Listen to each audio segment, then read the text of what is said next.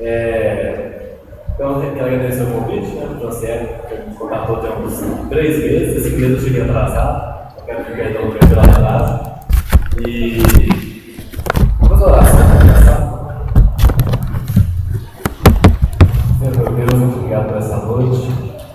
Obrigado, Deus, por cada um que está aqui presente. Obrigado por nossas vidas, ó Deus. Obrigado por essa chuva que cai por esse local. Obrigado porque o Senhor tem cuidado de nós, o Senhor tem provido as nossas necessidades. Nesse momento, ó Deus, muito humildemente eu peço ao Senhor que tenha misericórdia de nossas vidas, Senhor. Fale conosco nesta noite. Use, meu Deus, como canal totalmente desobstruído para fluir da tua vontade, a tua palavra aqui. Que aquilo que o Senhor quiser trazer aos nossos corações, meu Deus, possa, Deus, ser gravado em nossos corações e transformar a nossa vida, Deus, não só essa noite, mas amanhã e a semana que vem e daqui para frente. E realmente a tua palavra, Deus, gere frutos em nossas vidas. Humildemente, clamamos em nome de Jesus, que o Senhor fale conosco aqui, para honra e glória do teu nome. Amém. Pessoal, o tema que a Franciele pediu para falar aqui essa noite foi o mandato cultural. Quem estava naquele acampamento da federação?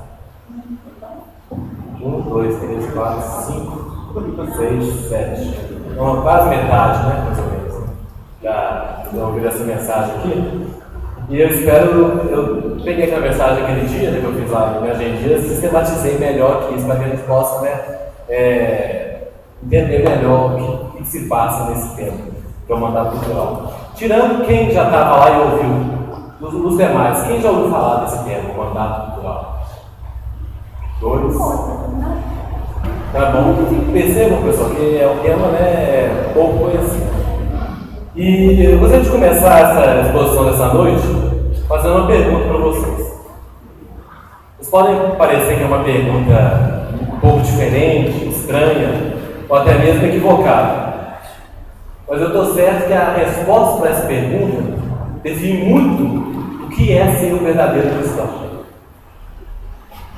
E talvez essa pergunta ela seja a pergunta mais mal respondida hoje pela igreja evangélica brasileira. Você não precisa responder essa pergunta. Eu quero apenas que você reflita um pouco sobre ela. A pergunta é a seguinte: se Jesus não voltar amanhã, você estará pronto? Perceba que geralmente essa pergunta é ao contrário, né? Se Jesus voltar amanhã, você estará pronto? O pessoal pergunta assim: se Jesus voltar essa noite, você vai estar pronto? Mas eu quero fazer a pergunta às avessas hoje. Eu quero jogar a luz sobre um outro lado agora da história. Se Jesus não voltar amanhã, nós estaremos prontos? Você estará pronto? Essa pergunta ela fala tudo sobre esse tema de hoje. Nós vamos ver o que é o mandato cultural. Como nós já vimos que pouquíssimas pessoas hoje no Brasil, infelizmente, no evangelicalismo brasileiro, conhecem esse tema de suma importância na nossa vida hoje. Para a vida de todos os cristãos, na verdade, em qualquer época, pessoal. E dentro desse tema estou envolvido 3 outros temas que nós vamos falar aqui. Eu quero que todo mundo repita para a gente gravar. Que é espiritualidade, vamos lá, espiritualidade, salvação e missão da igreja. Sabendo o mandato cultural, a gente consegue interpretar melhor esses 3 temas.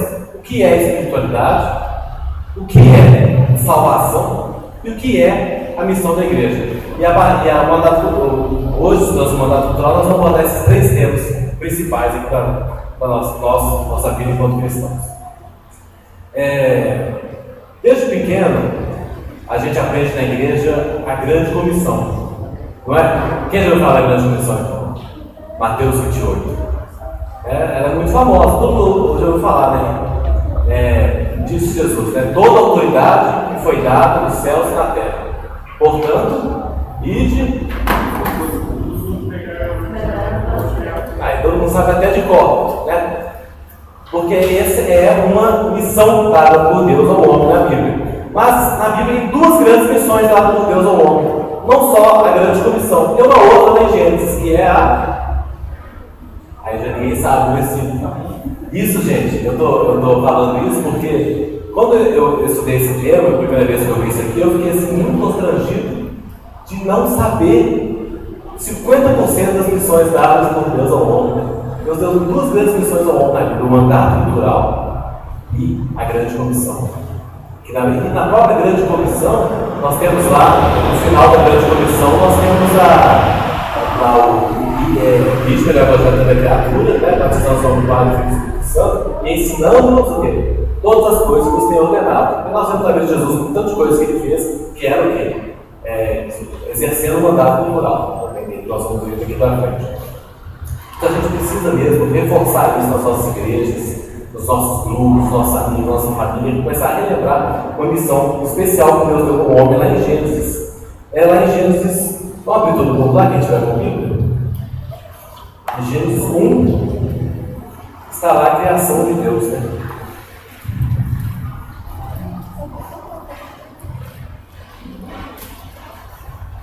Está lá, Gênesis 1, no princípio criou Deus os céus e a terra. E esse versículo, gente, a gente vai ler tudo, porque vocês já conhecem a história, mas mostra a obra criadora de Deus. Deus vai criar todas as coisas perfeitamente, de acordo com o plano perfeito dele. Vai criar o céu, a terra, vai separar a água de terra, vai separar animais de vegetais, vai separar as trevas da luz, vai fazer tudo em corretamente dentro do seu plano, dentro da perfeição que Deus previu. Né? E vai chegar o ponto que vai chegar no homem, lá no versículo 26. Vamos ver lá? 26. E Deus disse assim, ó, versículo 1, Jesus 26. Também disse Deus: façamos o homem a nossa imagem, conforme a nossa semelhança. E agora ele vai falar o que o homem vai fazer nessa história aí. Percebam, lá no Éden não existia pecado, nem pecado existia nessa época. Né? É o plano da perfeição do plano de Deus para lá. Tenha ele domínio sobre os peixes do mar, sobre as aves dos céus, sobre os animais domésticos, sobre toda a terra e sobre todos os répteis que rastejam pela terra. Criou Deus, pois, o homem, a sua imagem, a imagem de Deus o criou, homem e mulher os criou. E deu mais tarefa lá. E Deus abençoou e lhes disse: sede fecundos, multiplicai-vos, enchei a terra, e o que? Sujeitai-a, dominai sobre os peixes do mar, sobre as aves do céu, repetindo. Né?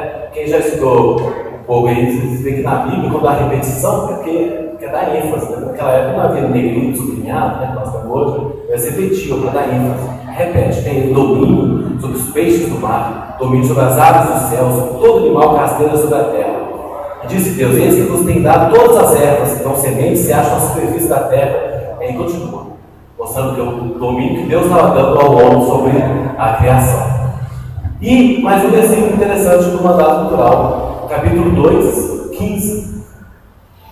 Conta a história aí, no início a gente não precisa ler, a formação do homem. O versículo 15 fala assim: ó, tomou, pois, o Senhor Deus ao homem e o colocou no jardim do Éden. Para quê? Para o cultivar e o guardar. Então, a partir desses versículos, pessoal, a gente vê que Deus deu uma tarefa ao homem, que era sujeitar a criação, dominar sobre toda a terra, como diz aí, né? Cultivar e guardar o jardim. A princípio parece que isso não tem muito sentido, não tem muito carga de significado para nós, né? Cultivar, guardar, tal, sujeitar a terra. Mas nisso está contida a ordem divina para a construção das sociedades, para a construção das civilizações humanas. Aqui está o gênero de tudo. Deus, ao longo dessa ordem ao homem, ele estabeleceu o mandato. O mandato, aqueles que sabem se significa falar, significa o quê? Poder, né? Conferir poder, mandato. Mandato cultural. A ordem de fazer cultura, cultivar a terra, guardar o jardim. Porque percebam que isso envolve todas as coisas. Até coloquei um exemplo, a gente percebe: cultivar, lavrar a terra. Sabe que é simples só chegar e lavar? Não, tem todo um sistema de coisas que estão envolvidas nisso. Por exemplo, você cultivar a terra, você precisa de semente. Mas se você não tiver separado a semente, você vai precisar de alguém que tenha separado as sementes. Você precisa de conhecimento, saber qual tipo de terra plantar, que estação do ano que planta tal planta. Não é assim que já mexeu com você. Quanto eu devo pegar? Você precisa de produzir conhecimento para plantar. Eu preciso de ferramentas para plantar. E eu preciso de alguém que produza as ferramentas. Antes eu preciso de alguém que desenvolva as ferramentas para o outro, desenvolva assim, intelectualmente, o design da ferramenta, para o outro construir. Eu preciso de alguém para transporte, para transportar o alimento, para processar o alimento. Eu preciso do adubo, Eu preciso de muitas e muitas. Eu podia listar aqui uma lista enorme, como eu fiz aqui, mas não preciso ficar falando todas. Né? De que tudo que é necessário para você cultivar, guardar o jardim, a partir daí você constrói toda a rede de atividades da sociedade humana. A ordem divina de Deus no homem, você criar cultura, você fazer cultura, você trabalhar. Né? E o próprio Gênesis a gente vê depois o Gênesis lista, né? As pessoas começaram a desenvolver dons, né? Dons de mexer com metais, dons de mexer com instrumentos e tal. O Gênesis fala mais à frente aí. E então perceba, já deu para ter uma ideia rasa assim, desse que é o mandato cultural? Essa ordem de agir na cultura, ordem de agir na sociedade, na humanidade, né? Como posso falar assim? Você construir a sociedade realmente. E para a gente poder exercer corretamente o mandato cultural, a gente precisa entender aqueles 3 conceitos que eu falei no início. Vocês já estão lembrados? Quais são? Quais que eram? Espiritualidade, salvação, missão da vida. Então vamos lá para o primeiro, espiritualidade. Por que, gente, isso aqui, gente, eu não sei nem como eu enfatizo isso aqui, isso eu grito, né? Mas isso aqui é terrível. A igreja hoje perdeu o conceito bíblico de espiritualidade. Nós vivemos conceitos mundanos de espiritualidade dentro da igreja. Né? Se eu chegar numa igreja, os cristãos na minha igreja, várias igrejas, qualquer igreja brasileira, 90% perguntar o que é ser espiritual. 90% vão responder que ser espiritual é relacionar com as coisas do além, né? Com as coisas do espírito. É você ser espiritual, por exemplo, não que essas coisas sejam erradas, mas ser espiritual é você orar muito, falar em línguas, é você jejuar. As coisas são sérias, está na Bíblia, mas as pessoas se relacionam espiritual somente com isso. Né? Quem é uma pessoa espiritual nessa igreja? É aquele irmão que está todos os dias na reunião de oração, ele é espiritual. Né? A gente tem uma ideia de espiritualidade ligada a essas coisas intangíveis. Né? Por exemplo, se eu falo assim, o que é um dom espiritual? Né? O que é dom espiritual? O pessoal fala na cara, dom espiritual é cura, língua, né? Porque já liga espiritual com coisas, né? Não naturais, além do naturais, coisas fantasmagóricas, assim, entre aspas, né? Mas dons espirituais, na Bíblia a gente vê, por exemplo, tem dom de ensino, uma coisa totalmente prática, né? Dom de hospitalidade, sabedoria. Tem muitos socorros na hospitalidade, né? A gente vê que é algo muito mais amplo de espiritualidade do que essa ideia de espiritualidade que vem do mundo, fora da igreja, secular. Né? O espírito é aquilo fora do material. Então vamos lá, o que é ser espiritual? Então nós temos esse paradigma de espiritualidade. Eu até fiz um quadro aqui, eu podia ter posto data show, né?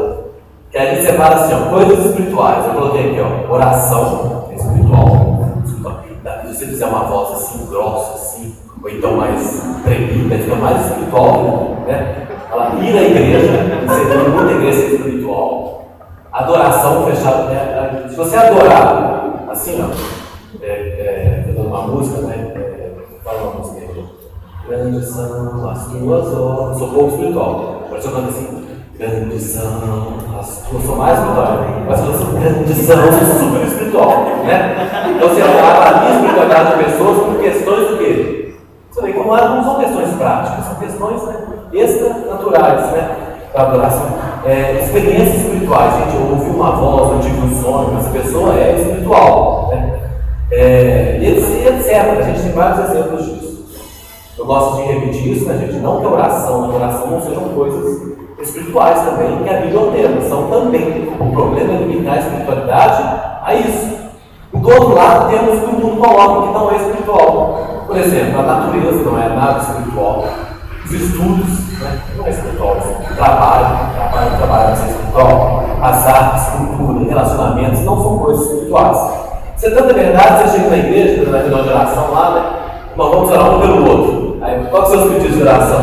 Meu pedido de oração é pelo meu trabalho, minha escola, né? Minha saúde e, do outro lado, minha vida espiritual. Né? Você ora para esses dois extremos, são coisas diferentes. A gente tem essa noção que veio, inclusive, veio dos gregos, né? A noção nem bíblica não é, de separar o físico, né? Das ideias, dos espíritos. Então percebam que tem essa divisão, mas a Bíblia não adota essa divisão, gente. Não adota essa divisão. lamento dizer que a Bíblia não adota essa visão de espiritualidade. Lá em João 4, eu anotei isso aqui. João 4, 24, Jesus está lá com uma mulher samaritana, né? E fala uma coisa interessante lá, fala assim: vem a hora, e já chegou, em que os verdadeiros adoradores adorarão o Pai em espírito e em verdade. Geralmente a gente dá muita atenção para essa primeira parte, né? Adorarão o Pai em espírito, você tem que adorar em espírito, mas também tem que adorar em quê? Em verdade. E o que é isso, adorar em espírito e em verdade? Nos próprios capítulos de João fala assim: Deus é espírito, ponto. Não importa, os adoradores adoram, né? Deus é espírito. Então, se a gente olhar para Deus, e como nós vemos agora em Gênesis, nós somos feitos imagem e semelhança de Deus, nós podemos ver o que é ser espiritual lá em próprio Gênesis. Percebe isso? Né? Olhando para Deus, para a obra dele, para o que ele fez, para o que ele é, nós vemos o que é ser espiritual, pois Deus é espírito. Né? Então a gente pode pegar alguns exemplos aqui. Né? Vamos ver aqui um bom exemplo. Até coloquei um exemplo que acontece muito nas igrejas, né? Que algo me peguei lá na minha igreja que aconteceu. O irmão ele é enfermeiro, estava trabalhando demais, plantão no hospital todo domingo. Aí começou a faltar a escola dominical todo domingo de manhã, né? Para ir trabalhar. Então o pessoal começou a falar: está desviando, né? Está abandonando a fé, isso aí já está caducando e tal, porque ele parou de ir à igreja, então estava sendo menos espiritual. Mesmo que o trabalho dele foi obrigatório, tinha que trabalhar com esse espírito. Mas vocês podem julgar assim, porque esse trabalho não é espiritual. Né? Então vamos lá para Gênesis, então, gente, como nós já estávamos lá. O que nós vemos lá naquele plano inicial de Deus, aquele plano perfeito de Deus ali? Porque ali, gente, não havia pecado para estar aqui. O pecado não tinha entrado ainda para deturpar a criação de Deus. Então, tudo que a gente olhar lá para a gente antes da queda, a gente vai ver a perfeição do plano de Deus em operação, todo mundo concorda? A gente vai ver o que Deus queria no início, o plano inicial de Deus bom. Nós vemos uma coisa: Deus ordenou o homem o quê? Trabalhasse. Vai cultivar e guardar o jardim. Né? O que é isso? A Igreja Católica tem uma doutrina diferente da nossa protestante. Ela fala que o trabalho é resultado da queda. O homem pecou, agora você vai, o suor do teu rosto comerás. Mas não. Os reformadores já vai falar: não, aqui ó, o trabalho foi pecado antes da queda, era algo prazeroso, não era algo extenuante igual é hoje, né? Depois daquele pecado, torna algo mais cansativo. Mas percebo que lá na origem, né? Lá no início, era cuidado com Deus ao homem, é algo como ser espiritual, é trabalhar. Percebe isso? Você ser espiritual, você cumprir o que Deus te chamou para fazer, é trabalhar. Então, quando você trabalha para a glória de Deus, fazendo o seu melhor ali, quando eu falo, a nossa noção é tão deturpada que se eu falar para uma pessoa que trabalha para a glória de Deus, o cara vai pensar que vai chegar no trabalho dele, eu falo: só Jesus salva, só Jesus salva. Meu pai trabalha na Fiat, né? E ele fala que tem um cara lá que é testemunho de Jeová, e entra o tempo todo com a Bíblia, né? E tá na linha de montagem, lá tá com os negócios dele, uma Bíblia, não sei o quê, na hora de tomar um café. E ele trabalha mal porque ele não larga, no momento algum, o assunto e a Bíblia, o livrão preto dele lá, né? Porque ele acha que assim não sei, seu espiritual para ele, mas isso trazendo para nós, tem muito crente que acha que é assim também. Eu trabalhar para a glória de Deus lá na minha loja, e falo o tempo todo, né? Chega alguém lá, só Jesus salva, não sei o quê, né? Porque o meu trabalho não é espiritual, mas se eu falar de Jesus, o evangelismo é espiritual. Percebe isso? O que acontece? É essa divisão.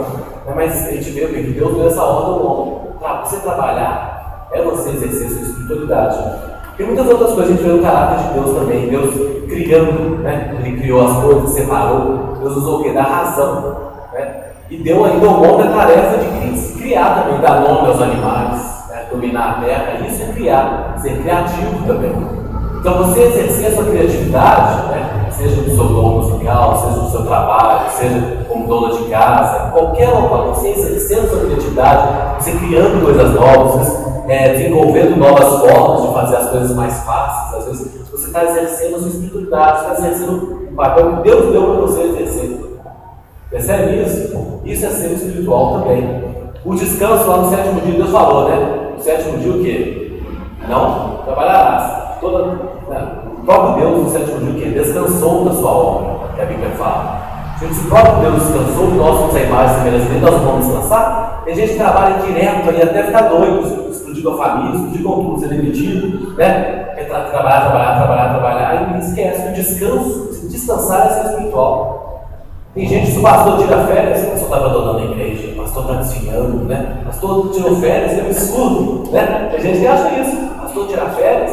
Eu já até um período do Renato Barros lá no Facebook, ele escreveu sobre isso. Tanto de gente criticando que ele tira férias, porque os cristãos, infelizmente, né, a gente com uma visão católica, até secular de espiritualidade, a gente acha que o lazer, o descanso não é espiritual, sendo que foi uma ordenança, uma ordem de Deus para o homem, né? Descansar no sétimo dia, descansar de sua obra, não fazer nada, né? Descansar. E mais o que eu coloquei aqui, ó, o relacionamento, relacionar com o próximo é algo extremamente espiritual. Na casa do seu irmão tomar um café, conversar, uma conversa em dia, né? Isso é desenvolver essa espiritualidade. O que Deus fazia toda na viração do dia lá no Éden? Quem deu aí Gênesis? O que acontecia na viração do dia? Deus ia lá, né? Fazer o quê? Bater papo, conversar, né? Toda viração do dia Deus ia lá conversar com o homem. Olha só, né? Perda de tempo, a gente tem que evangelizar, né? A gente tem que ficar orando o tempo todo, pensando em perder tempo. Será? Né? Deus perdeu tempo, porque Deus estava fazendo alguma coisa errada ali, né? Alguma coisa assim. A gente tem que olhar lá para o plano inicial de Deus, o que Deus fazia, né? O que Deus planejava, como era a vida de Deus com o homem, na extrema comunhão que ele tinha ali. É isso que a gente vê a espiritualidade nessas coisas. Então a gente percebe que ser espiritual, biblicamente, é você agir a imagem e semelhança de Deus, pois Deus é Espírito. Nós somos a imagem e semelhança de Deus, precisamos agir conforme a vontade de Deus com as nossas vidas, precisamos nos espelhar em Deus, temos a imagem e semelhança dele, né? Então a gente precisa estar bem claro essa primeira noção de espiritualidade. Está tranquilo todo mundo? Alguém tem uma pergunta aí? E aqui está aberta a pergunta, se eu quiser interromper, fazer pergunta, ok? Acho que está tranquilo. Eu só não estou com horário, então quando faltar uns 10 minutinhos, alguém me avisa aí, porque senão vai passando, né? Beleza. Aí, qual é o segundo tema, gente? Precisa entender? Espiritualidade. E tem outra coisa agora, o que é? Salvação. Vamos abrir as nossas Bíblias aí em Colossenses, o de Colossenses. Colossenses 1.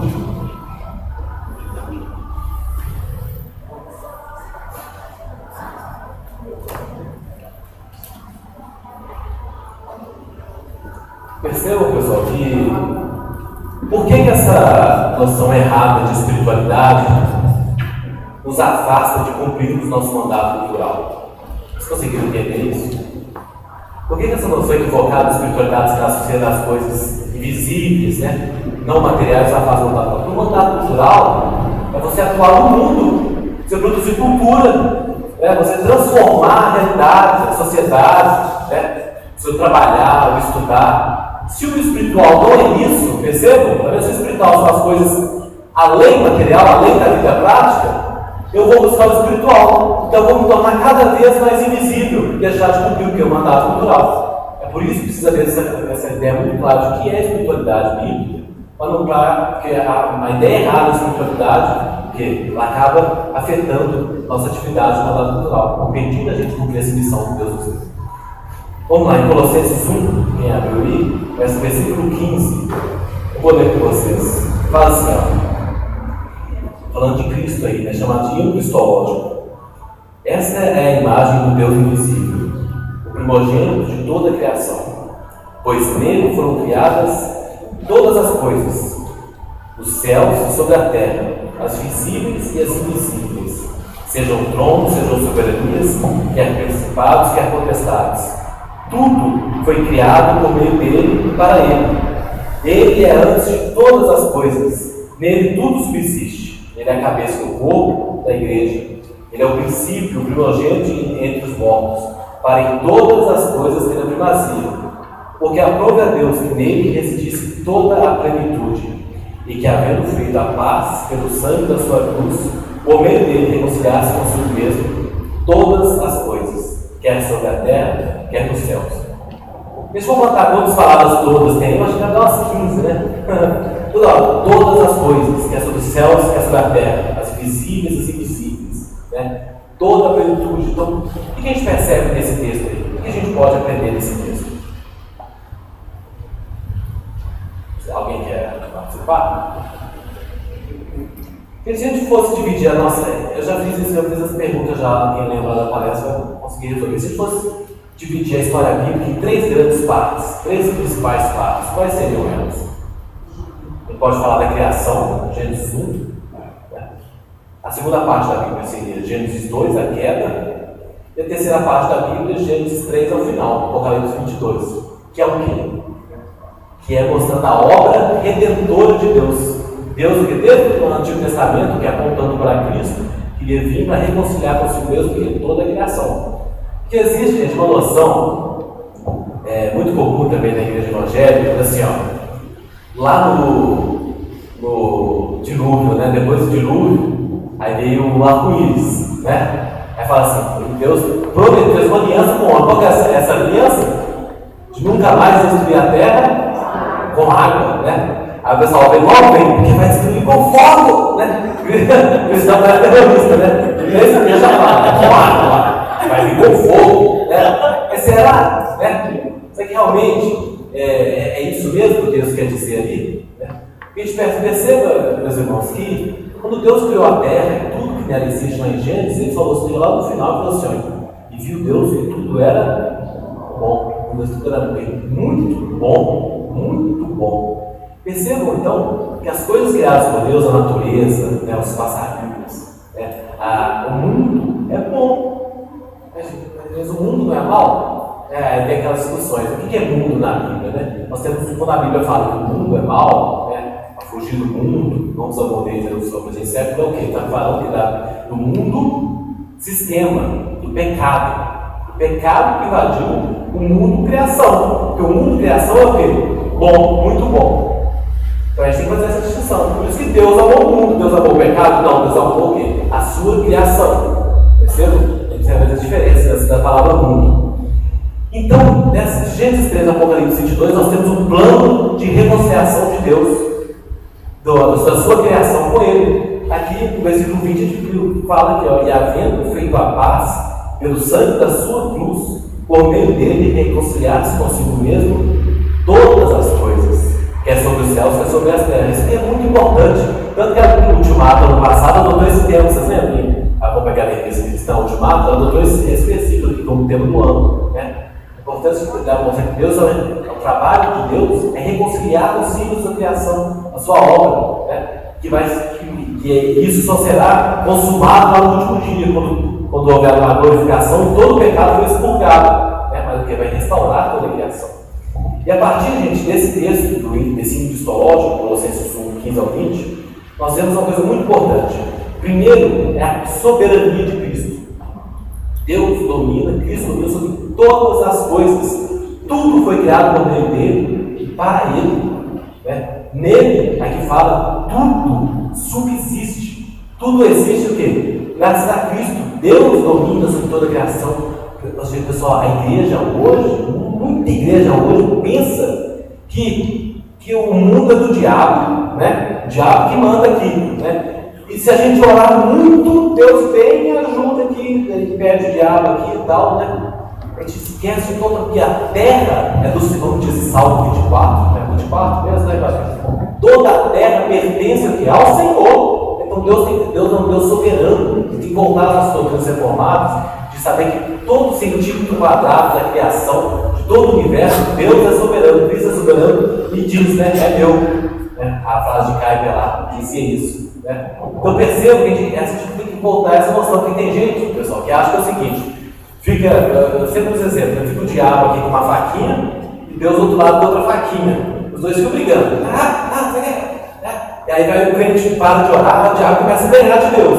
Aí a igreja começa a jejuar, de novo, e Deus começa a ganhar de novo do diabo, né? Aí vai o irmão, a pessoa começa a parar de ler a Bíblia, o diabo começa a ganhar de novo, né? E aí a igreja faz uma oração, Deus começa a descer de aquela briga, né? Essa noção, esqueci o nome daquela religião que fala desse dualismo, que é até aquele símbolo assim, né? que prega o dualismo, a ideia de que bem e mal são forças que se equilibram, né? O yin e yang, né? São coisas que forças que se equilibram. Muito crente vive nessa tensão, achar que Deus pode perder qualquer momento. Não, meu irmão, pelo amor de Deus, né? E que Deus é esse seu que fica podendo perder para o diabo, né? Como dizia Lutero, gente. Lutero disse uma frase que eu gosto muito, que falava assim, ó: o diabo é o diabo de Deus. Lutero falava isso. O diabo só faz o que Deus manda, ordena ele fazer. Será? Né? O pessoal fica com essa discussão, vai ter a discussão sobre o problema do mal, mas em última instância eles têm que saber isso mesmo. Deus domina sobre tudo, todas as coisas. Deus é o Deus soberano. Então você, na hora de exercer seu mandato cultural, por exemplo, nas artes, por exemplo, na academia, tem igreja que proíbe o jovem de estudar filosofia na faculdade. Por quê? Porque a filosofia do mundo hoje é dominada por filósofos ateus, né? Vai te afastar lá é o território inimigo lá, então você pode falar estudar filosofia, não. Olha só a noção, lá Deus não manda lá, não pode, aí você limita o mandato cultural, né?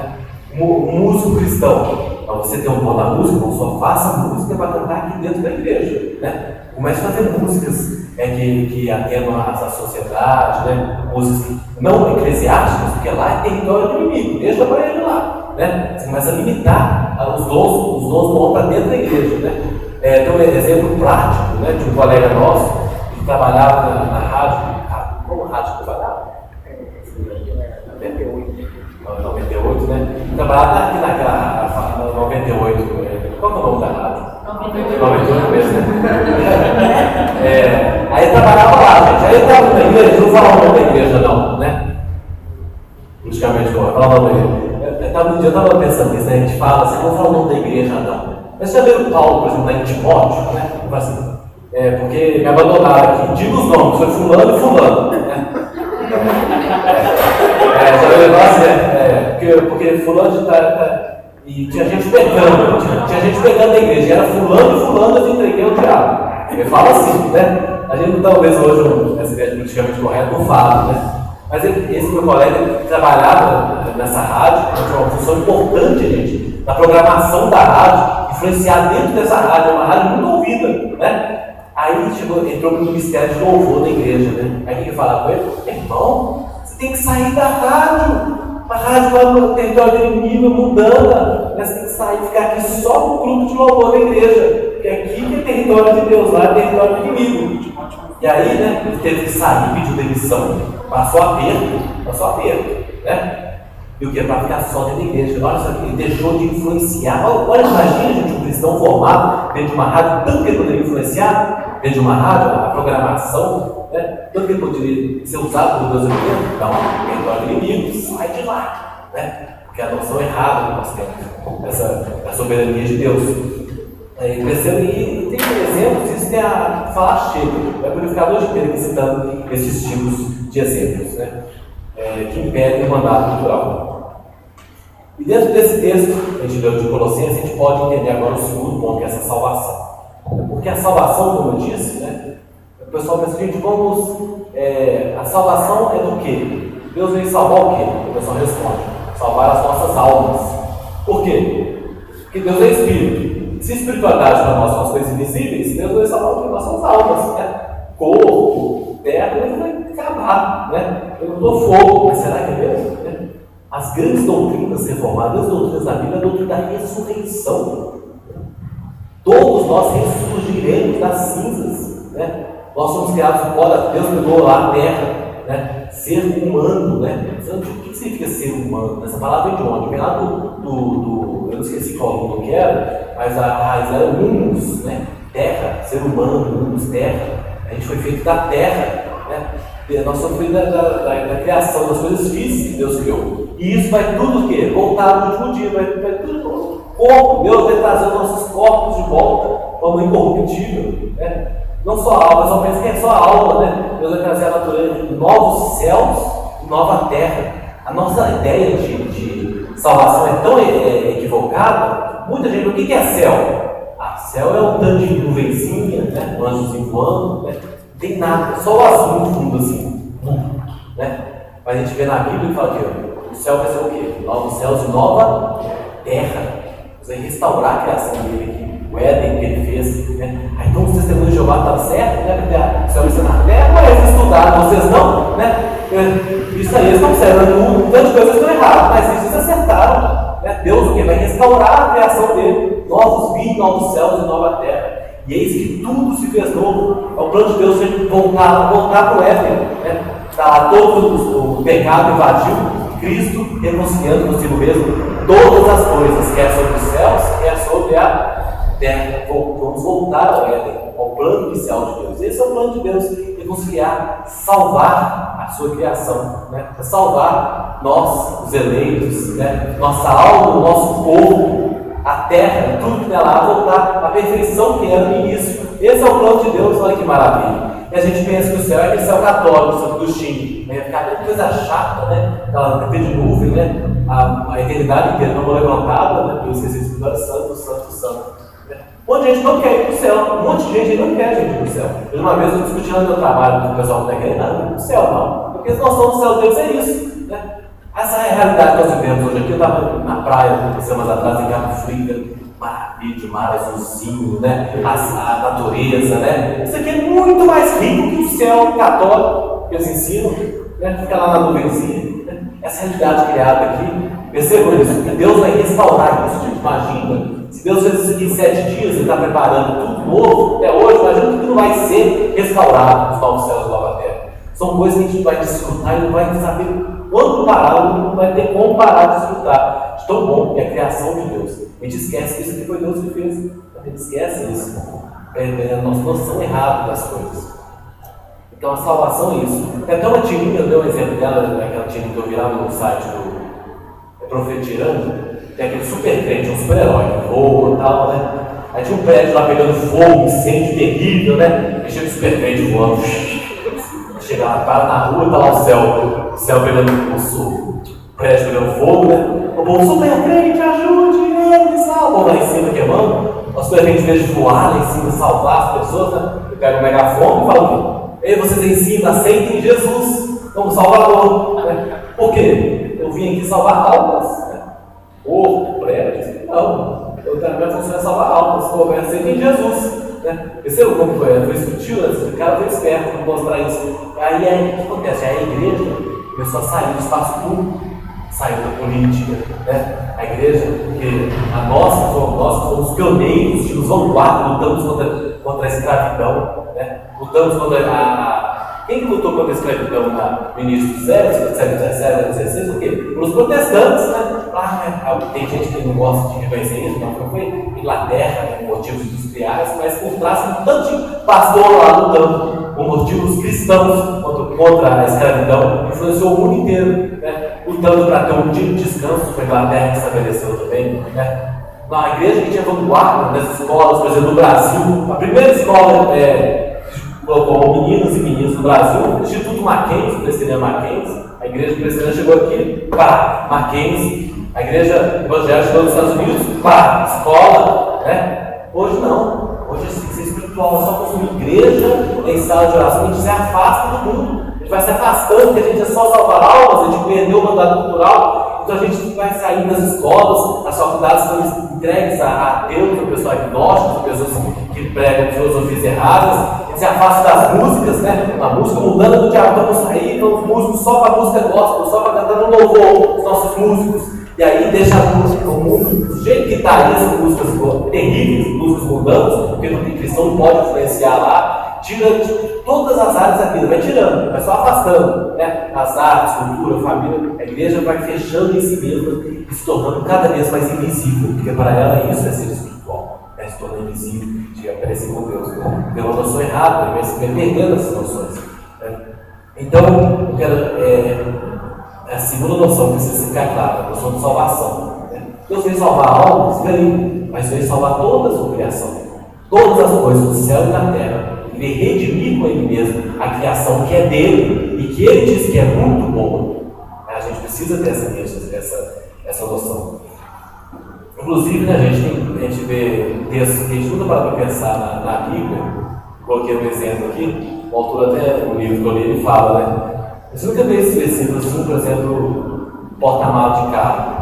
Lá em Eclesiastes 2 fala assim, ó, nada melhor para o homem do que comer, beber e fazer que sua alma goze o bem do seu trabalho. Imagina se o crente colocar isso no carro dele, nada melhor do que comer, beber e fazer com que sua alma goze o bem do seu trabalho. Pois vi que isso vem da mão de Deus. Porque para a gente isso aqui não é espiritual. Se o crente colocar isso no carro, desviou. Nada melhor do que comer e beber, né? Olha lá, olha só. Outra aqui, 8:15. Então exaltei eu a alegria. Pô, essa aqui é a conclusão do livro de Eclesiastes, né? Não é quando eu só não está desviado, não. Conclusão. Exaltei eu a alegria, porquanto para o homem nenhuma coisa há melhor debaixo do sol. Nenhuma coisa melhor debaixo do sol que comer, beber e se alegrar. Olha só, são coisas que Deus criou para o homem. Deus fez para o homem. Olha só, Jesus, gente, quem que a gente tem que seguir o exemplo? Jesus, né? Beleza. Jesus ia nas festas, Jesus comia, Jesus foi acusado lá em uns evangelhos fala, né? Foi acusado de quê? Jesus foi acusado, gente? De beberrão e glutão. O pessoal acusou Jesus de beberrão e glutão. Por quê? Porque ele ia nas festas, comia, bebia, né? Porque ele desfrutava com sabedoria das coisas do próprio Deus deu, né? O pessoal começa a separar demais as coisas, não usa a sabedoria que o próprio Deus nos dá para atuar no mundo. Então, assim, isso aí vai vários outros exemplos que eu poderia dar, mas que o tempo não, infelizmente, não permite. Eu tenho um exemplo aqui, um texto que eu tive que trazer de um livro aqui, está disponível na internet, para você pegar. O texto chama assim: Por que Mona Lisa irá para o céu? Greg Johnson, que é o autor. Ele fala um pouco sobre isso, ele fala assim, ó. Olha a pergunta dele. Interesses mundanos como agricultura, arquitetura, comércio são uma perda de tempo? Pergunta, né? Deus diz que não. E qualquer coisa que nós fazemos pela fé nesta vida permanecerá na era por vir. Seja limpar o chão ou planejar pontes, no fim desta era, quando o pecado for erradicado e as nações andarem na luz de Deus, o melhor da cultura humana permanecerá. Olha só. Nos é dito na Bíblia sobre a cidade de Deus que os reis da terra trarão para ela sua glória e honra. Apocalipse 21. Aí ele fala que eu duvido muito que Luís XVI, aquele rei mal da França, não estará lá. Mas eu penso que alguns cristãos da corte provavelmente presentarão a Deus no palácio de Versalhes. Eu ia falar naquele palácio bonito da França, como uma oferta a Deus. Imagine, pois, o Arco do Triunfo, a Mona Lisa, os sonetos de Shakespeare, Baker Furniture, Taj Mahal, todas as glórias da civilização humana, finalmente livres das suas histórias pecaminosas e motivações pecaminosas e dos seus subfrutos negativos. Todas elas virão à cidade eterna de Deus para a glória do próprio Deus. Coisa assim diz Apocalipse 21:6. A ela os reis da terra trarão todas as suas honras e a glória das nações. Vou te ver lá. Por que a gente fez isso? A gente quer dizer que o ímpio faz coisas boas? Né? É outra doutrina esquecida também. Né? É a doutrina da graça comum. Né?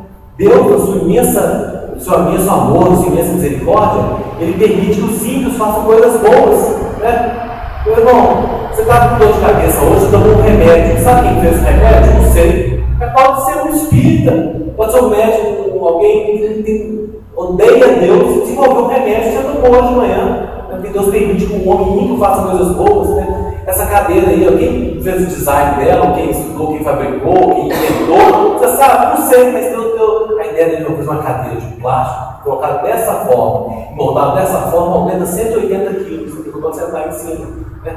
Deus permite que os ímpios façam coisas o quê? Boas, não coisas boas obras no sentido de levar a salvação, não, mas coisas boas que aproveitam a cultura, a terra. Né? Esse é o grande problema que há com a música. Né? A música, o pessoal não considera nada que os não cristãos feitos, pega uma música clássica lá de, sei lá, de Mozart, por exemplo, não posso ouvir, não posso, porque não foi cristão que fez. Né?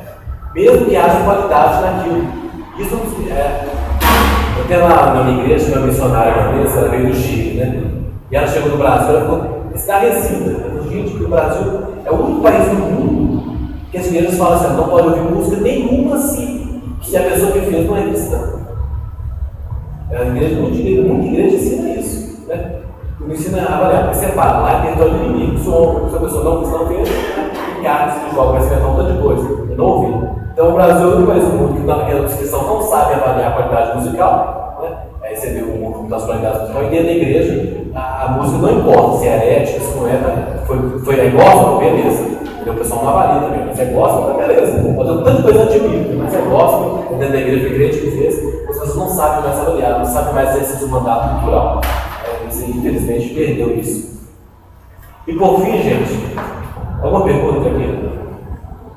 Nós temos o terceiro ponto. Qual é o terceiro ponto? É a missão da igreja. Qual é a missão da igreja nesse conceito?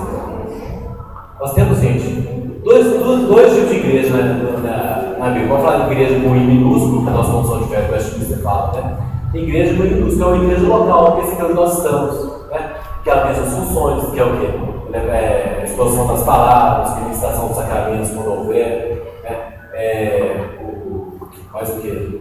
O evangelismo, a oração, atividade piedosa. Temos a igreja com I maiúsculo. O que é a igreja com I maiúsculo? Todo o povo de Deus na face da terra. Já existiu, que existe e vai existir. E qual é a função dessa igreja com I maiúsculo? Qual é a missão dessa igreja? Aí nós temos a nossa resposta é: a gente não evangelizar. Mas a própria grande comissão continua ensinando todas as coisas do Senhor ordenado, quando tem um mandato cultural no início, que é a igreja atuar em todas as áreas da sociedade, atuar na educação, na ciência. Né? A gente vê lá no início da ciência moderna, todos os grandes cientistas da época moderna, gente, Isaac Newton, Francis Bacon, você pega tanta gente lá, o Boyle, não sei se é o nome principal, o nome dele. Você vê lá, tem um livro interessante que chama A Origem da Ciência de Bucharest, né? Um livro interessante, depois se vocês quiserem estudar mais o tema, eu nem empresto. Ele mostra como o início da ciência está atrelado ao protestantismo. A igreja lá atuando também na ciência, desenvolvendo tecnologias, estudando, né? Os escritos de Isaac Newton é bem interessante quando faz para a glória de Deus, né? Quando ele vê isso, a glorificação de Deus, né? E aos poucos foi se afastando, né? E ao ponto que hoje quase não tem mais influência. Então a gente precisa voltar a essa ideia da missão da igreja. Eu até dei um exemplo na última palestra, você lembra o exemplo do xixi, você lembra? Como a gente já deturpou essa ideia, né? Qual que é a luta da igreja? Eu estava lendo uma história, não lembro agora onde que eu li, mas era de um pastor do Rio Grande do Sul, do Brasil, né? Que ele falou assim: ó, gente, essa cidade nossa aqui é uma cidade na fronteira com o Uruguai, né? Aí você, nessa nossa cidade aqui, tem um espírito das trevas que impede o evangelismo. Então a nossa cidade o evangelismo não cresce, não vai para frente. Então o que nós vamos fazer? Nós vamos, à noite, nós vamos orar e nós vamos marcar a nossa cidade. Como? Fazendo xixi na fronteira dela. Vai ter a igreja à noite lá, faz xixi. Né? Porque, olha só, gente, porque quando ele começa a inventar coisa, é cômico, vamos dizer que é trágico, né? E aí, assim nós vamos selar a cidade. Os crentes fazem xixi nas fronteiras da cidade, né? Para selar a cidade, coisa que não tem na Bíblia, os apóstolos ensinaram, o Cristo ensinou como fazer, né? Porque estava lendo o método de evangelismo do.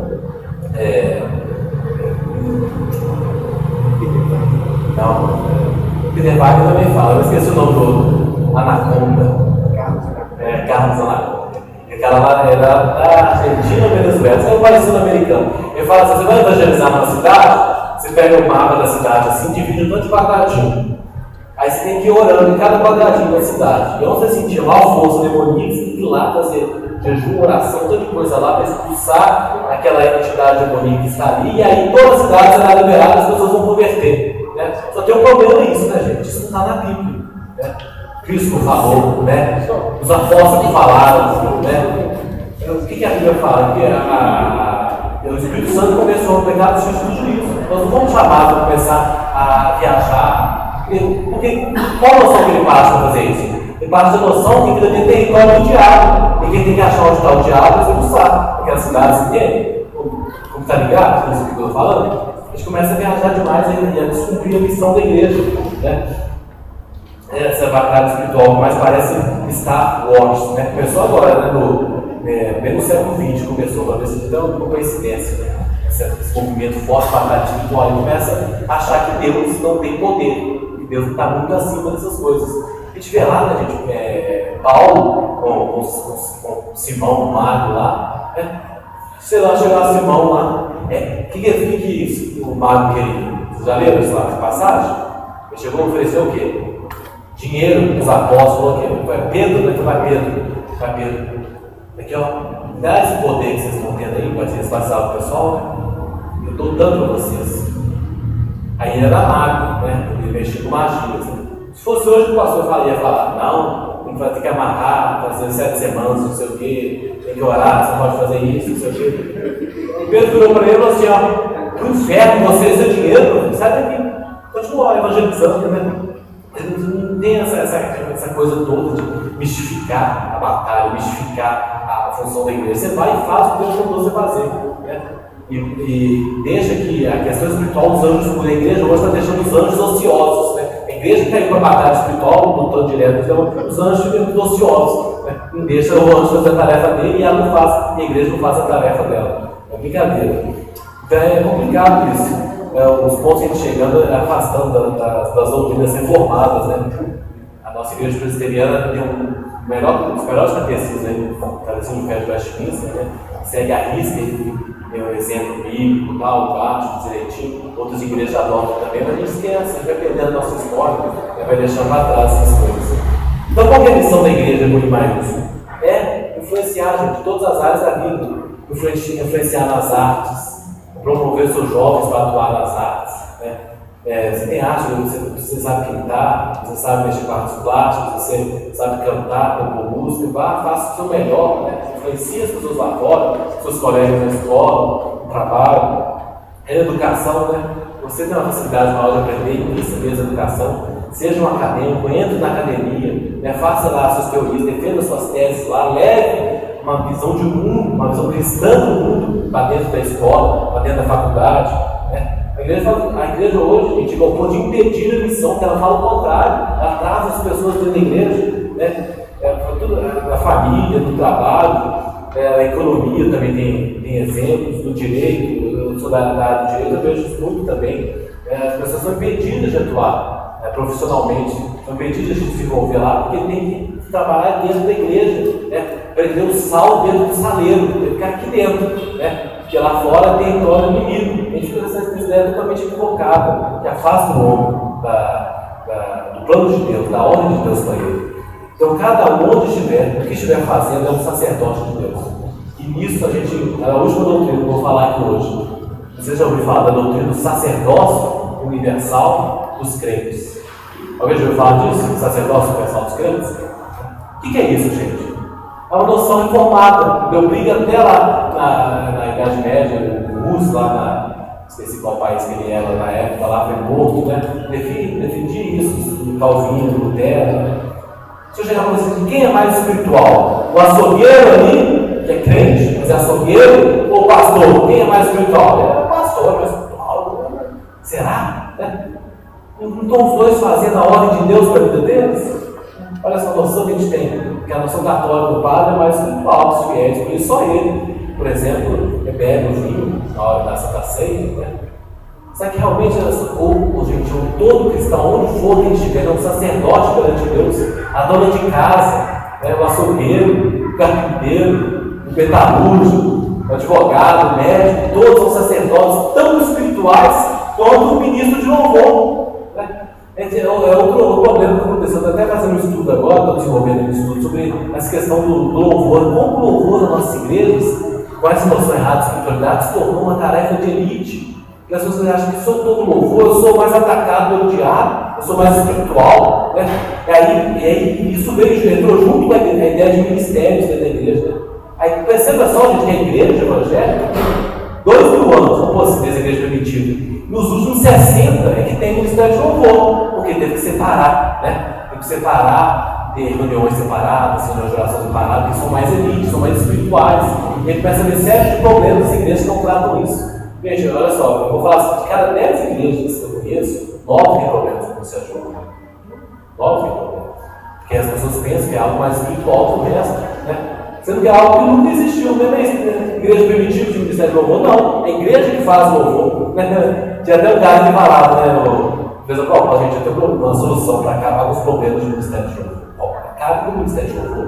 Deixa a igreja louvar. Acabou todos os problemas do Ministério de Louvor. Né? Porque as pessoas não estão sabendo, não estão voltando à sua espiritualidade, não estão sabendo que está estudando a Bíblia, não estão sabendo que está servindo, está sendo tão espiritual como o irmãozinho que está lá no diácono, na porta, etc.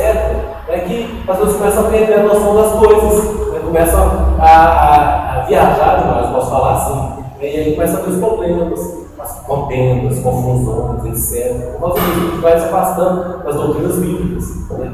A gente precisa saber isso. Né? Aí, de novo, isso é a noção de espiritualidade que está falando, né? De novo, voltando para isso. Noção correta de espiritualidade. Em todas as áreas da vida. Todas as áreas da vida. Isso é muito importante. A gente tem um exemplo, gente, da Holanda. A Holanda, no início dos anos 1900, teve um primeiro-ministro chamado Abraham Kuyper, que ele era calvinista, né? E ele implantou na Holanda isso. Gente, nós somos cristãos evangélicos protestantes, nós vamos implantar na Holanda, em todas as áreas desse país, Cristo vai reinar, né? E aí, gente, na Holanda a gente vê, por exemplo, eu estava vendo uma reportagem de lá, os metrôs na Holanda, você chega assim no metrô, tem uns lindos jardins de inverno, subsolo do metrô. Por quê? Aqui eles fizeram um estudo e viram que o homem, voltando do trabalho, né, psicólogo, foi muito cansado, muito estressado, né? E que a natureza alivia esse estresse, deixa a pessoa mais tranquila, evita acidentes, etc. Então eles fizeram um estudo, assim, olha só, nós somos cristãos, né? De descanso, de tranquilidade, os metrôs têm que ter jardins de inverno. Está aplicando Cristo na arquitetura, o programa mostrando. Né? Os prédios, em vez de serem prédios feios, retos, né? Visando apenas a utilidade, né? Vou pôr tudo reto aqui, liso, branco, para aproveitar o máximo espaço. Lá os prédios têm detalhes, né? Tem cores diferentes. Tem os cantinhos da parede, tem umas dobrinhas assim para deixar mais bonito, porque a beleza vem de Deus. E a gente tem que adorar a Deus na arquitetura dos nossos prédios. É um país maravilhoso, um país belo. Né? Os cristãos em todas na faculdade, ele fundou a Universidade de Amsterdã, que é uma das maiores da Europa até hoje. Né? Porque na educação os cristãos fazem diferença também. A gente vê, infelizmente, a Holanda hoje já deixou isso para trás, né? A população não é mais cristã, mas o quê? Na época, eles levaram isso a fé de fogo, transformaram o país. Igual na Reforma Protestante do século XVI, também na Europa, Genebra, na Suíça. Genebra é uma cidade totalmente destruída, pobre, sujeira, era chamada a cidade mais fedida da Europa, pelo número posto comercial. Tinha lixo nas ruas, etc. Calvino chegou lá e falou: não é assim, gente. A gente vai viver numa situação assim. Todo mundo tem que trabalhar, fechar os bares, parar de beber, a pessoa que foi bêbado está trabalhando, está cuidando da esposa em casa. Então, uma série de medidas foi. As cidades todo mundo suspeito da Europa, até hoje, Genebra, né? É uma das cidades mais belas da Europa, arrumadas e tal. Porque o quê? O cristianismo vai e transforma a sociedade, a cultura em todas as áreas da vida. Né? Transforma primeira cidade da história que teve as crianças alfabetizadas, Genebra, nas Suíça. Falou, gente, como as crianças vão ler a Bíblia? Tem que pôr na escola, pôr as crianças na escola, nas escolas, a visão cristã de mundo, influenciando e transformando a sociedade. Isso é exercer o mandato cultural. Você tem que trabalhar. Em Genebra não tinha, por exemplo, mendigos, porque Calvino falava, você pode até entrar na cidade, mas você tem, não lembro quanto que ela passa, 60 dias, você vai arranjar um emprego, começar a trabalhar. Não vai ficar à toa, não, tem que trabalhar. Entendeu? Olha que interessante, né? E eu estou fazer alguma coisa na cidade. Em todas as áreas. Isso é realmente muito importante. E, gente, aí, para terminar, nosso último texto, 2 Timóteo. Agora, irmão, o que a gente leva em consideração que a gente está repensando, né? Por causa de que tudo isso acabou. Por que tudo isso acabou? Eu posso falar. Por que a Holanda hoje não é o que era? Por que na Europa, se for fazer um levantamento aí, o cristianismo está praticamente em decadência, caído? Percebo. Por que isso não é mais assim hoje, né, gente? Por que mudou? É por causa dessas coisas que eu estou falando. A igreja, ela perdeu a sua história. Por exemplo, no Brasil, se a gente for ver a questão do Estado laico, hoje está muito em questão ainda, né? Quem foi que lutou para o Estado laico no Brasil? Pela liberdade de religião? Todos nós que estamos protestantes. Lá no primeiro clube republicano, quando era monarquia ainda, dos 5 pessoas, tinha quase protestantes no Brasil. Mas o primeiro clube republicano, dos 5, 2 eram crentes.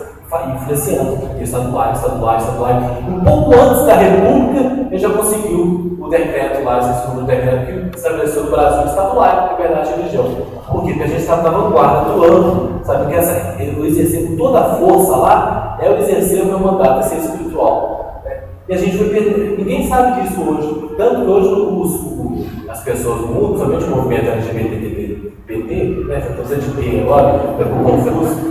Eles falam assim, né? O Estado é laico, então as pessoas não podem influenciar. Se a gente soubesse a nossa história, a gente fala, gente, não, o Estado é laico. Eu lutei por isso, meus pais lutaram por isso, é por isso que eu posso influenciar. O Estado é laico e garante a minha participação. É o contrário, mas a igreja não sabe, aí fica na defensiva, né? Esse movimento foi chamado pietismo. O movimento surgiu na Europa, falando assim, gente, ser espiritual é só essas coisas. Oração, jejum, pulmão, ficar separado.